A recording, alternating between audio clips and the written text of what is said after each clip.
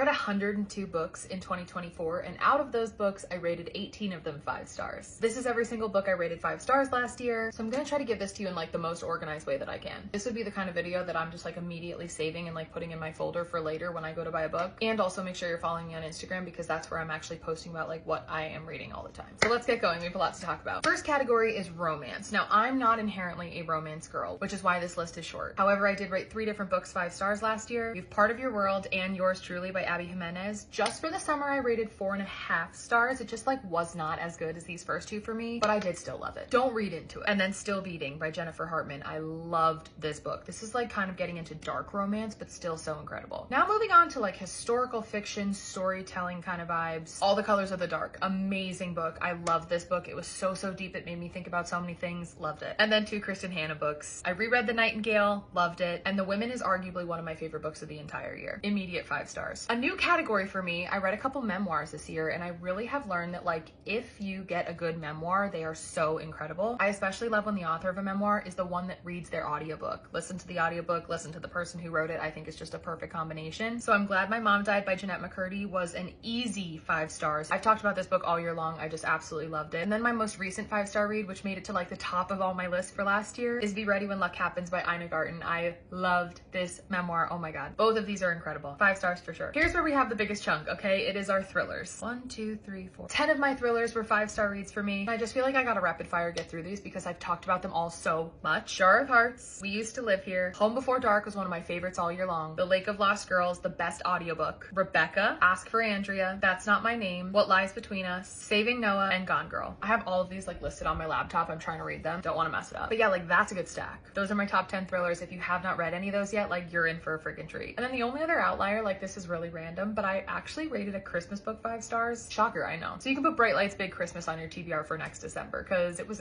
actually good. Like 5 stars. Please give me your 5-star reads from 2024 because like now I need to know what I need to read in 2025. So thank you in advance.